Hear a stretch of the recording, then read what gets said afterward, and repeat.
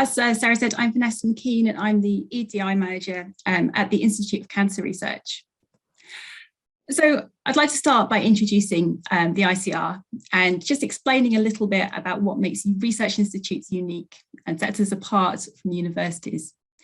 So the ICR is an independent cancer research institute with approximately 1,000 staff. So already we're a lot smaller than a typical university, whereas the size of a large department at some. We're multidisciplinary. At the ICR, we do everything from basic cancer biology to late stage clinical trials. So work from the lab to the hospital. And we're in 2 sites in Chelsea in central London and Sutton on the edge of London. We have PhD students, no undergraduates, and we have MD students, so people doing clinical academic degrees with us.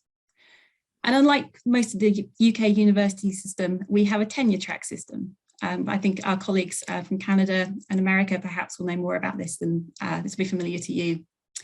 We have a very transient postdoc population with a lot of turnover, perhaps 20% a year. Our mission is to train the next generation of scientists and then send them out into the world to be research leaders at other universities. And this is a common mission of research institutes. But what this means is there's very few promotion opportunities. And there's no workload model. Everyone is purely focused on their research, at least in theory. And we're also pretty diverse, as well as coming from London. We have representation from 40 different nationalities. What are the challenges in research institutes around equality and diversity? Well, again, we look pretty similar to the challenges facing the rest of the UK, equality and diversity in higher education. So at the ICR, 58% of our staff are female. 50% of our postdocs are female, but 30% of our faculty, our team leaders, are female. And we know that this is a recruitment issue because we don't tend to promote postdocs to team leaders. What about race? Well, we're in Greater London, which is the most diverse, racially diverse place in the UK, but 30% of our postdocs are from Black, Asian, and minority ethnic backgrounds. And that drops to 16% of our faculty, of our research leaders. And none of our faculty are Black. And again, we are very typical of higher education, and that is not a good thing. So these are the sort of statistical challenges. We also have cultural challenges. We want to create a zero tolerance culture towards bullying and harassment. COVID has changed the research environment. Academia is both harder, we have different pressures on us from funders, and yet we need to be more caring. We need to take greater care of our staff and students. And we know from surveys, from focus groups, from talking to people, that the experiences of the ICR culture differs depending on your ethnicity, and that especially affects our Black staff and students. So a brief history of Athena Swan at the ICR. So in 2009, like many places, we signed up to the Athena Swan Charter. We got our bronze in 2012. I was appointed in 2013. And then we got silver, showing the impact of our work under the Research Institute scheme in 2015. And that was renewed in 2019. But the topic of today is interventions. And as I was preparing this speech, this talk, I thought about all the times when there were specific interventions that changed the course of the ICR because of Athena Swan. And it's not hyperbole to say that the ICR culture is better, that we are changed because of the Athena Swan Charter. So we can add these into our timeline. First of all, in 2012, I think this was mentioned this morning, the NIHR, one of our big research funders, linked Athena Swan to research funding. So suddenly this became a massive priority for the Institute. And that's the reason that I'm here. I wouldn't have got this job if the NIHR hadn't linked Athena Swan achievement to research funding. In 2014, our chief executive became our Athena Swan champion and became our SAT chair. And that, again, changed the course of the Institute. It told everyone that this is something we were going to take seriously. Once silver was achieved, people saw the benefit because they saw the benefit in their team members, then the effects of people's promotion opportunities, on retention, on their experiences of working for the Institute.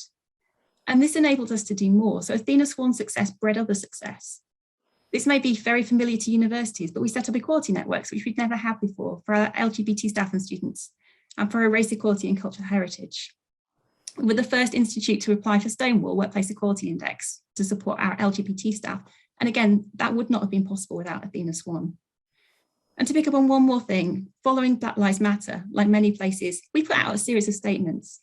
but we knew they couldn't just be statements. So we developed our own race equality program. And without the framework of Athena Swan, without that experience, we wouldn't have been able to get, I think, the support and the traction that this program had. I've listed here quite a few of the actions that we've taken over the years to change the structures and the systems that make the ICR what it is, and to make it a better place, especially for women. I've done a lot of Athena Swan assessment, as Sarah says, and I think the best Athena Swan applications, the best Equality and Diversity Institutes interventions are those that are right for your institution. So a lot of these may not be appropriate for yours. Changes to our promotion policy are not going to affect you. Changes to our tenure review tenure track, probably not relevant to most universities, but they've made a big difference to us. And other things that we've done then became standard practice elsewhere. So continuation of service between the ICR and our NHS counterparts then became pretty standard within the NHS and the university sector. In fact, it became a condition of grants. And what that meant is that women could move between the two without losing their rights to paternity leave and maternity pay. So I'm not going to spend too much time on interventions. What I thought would be useful would be to reflect on the benefits and the challenges of doing EDI work within a research institute, which tends to be smaller and has its own challenges. And the first benefit, I think, is the staff voice, that it is very easy to have a conversation with staff and students and to learn from them. I don't just mean through surveys. We've got very active staff associations whose job it is to sit on committees and to come and talk to us, to tell us what training they want, to tell us what issues they're facing. And people will often come and do this by themselves, to me, to the exec team, to others. And we've created that culture as part of our Athena Swan work. However, if you're going the other way and trying to communicate to staff and students, like many of you, we still find that quite challenging. I still find posters in lifts seem to be the best way of reaching people, even during the pandemic. The main benefit for me working in this area is that actions have a really visible impact, and this can be positive and negative. So we can see through surveys, through equality statistics, we can see track the changes in people's promotions, how many women have reached professorship, how many people of colour are staying within the organisation. But also you see the impact on individuals, because they're the people that you eat with in the canteen. They're the people who ride the same bus as you, whose kids go to the same school.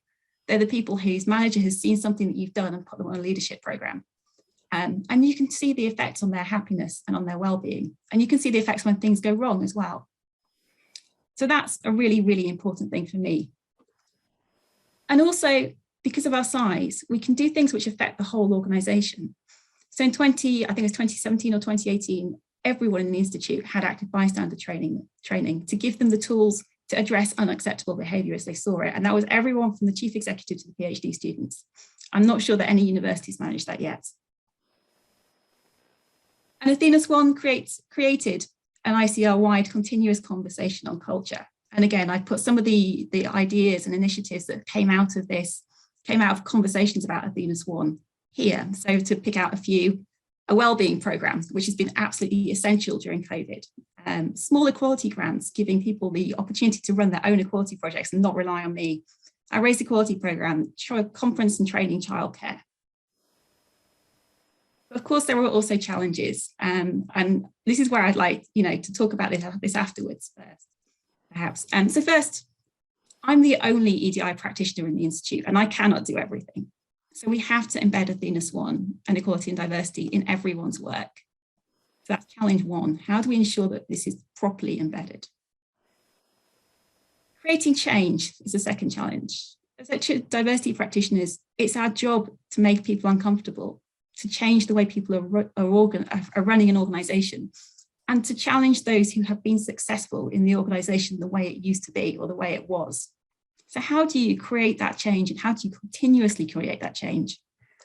Well, I'm lucky to work with scientists, and scientists love data. I've said this before in different Athena Swan events.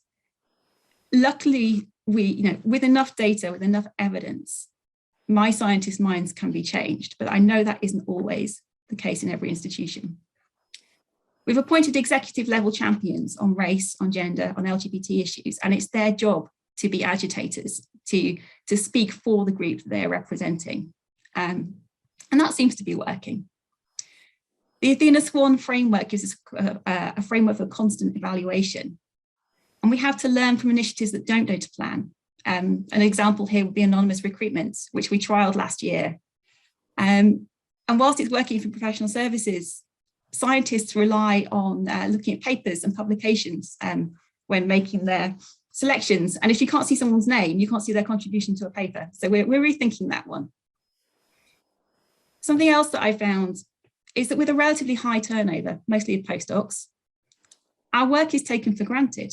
And this is both a good thing because it keeps us on our toes, we can't get complacent, but it also means that we have to keep on communicating and listening. And this is again one for the wider discussion. How do you recognise equality and diversity work when there's no workload model? How do we change what success looks like in a research institute that's only recognised success as scientific success? So those are some of the challenges for me.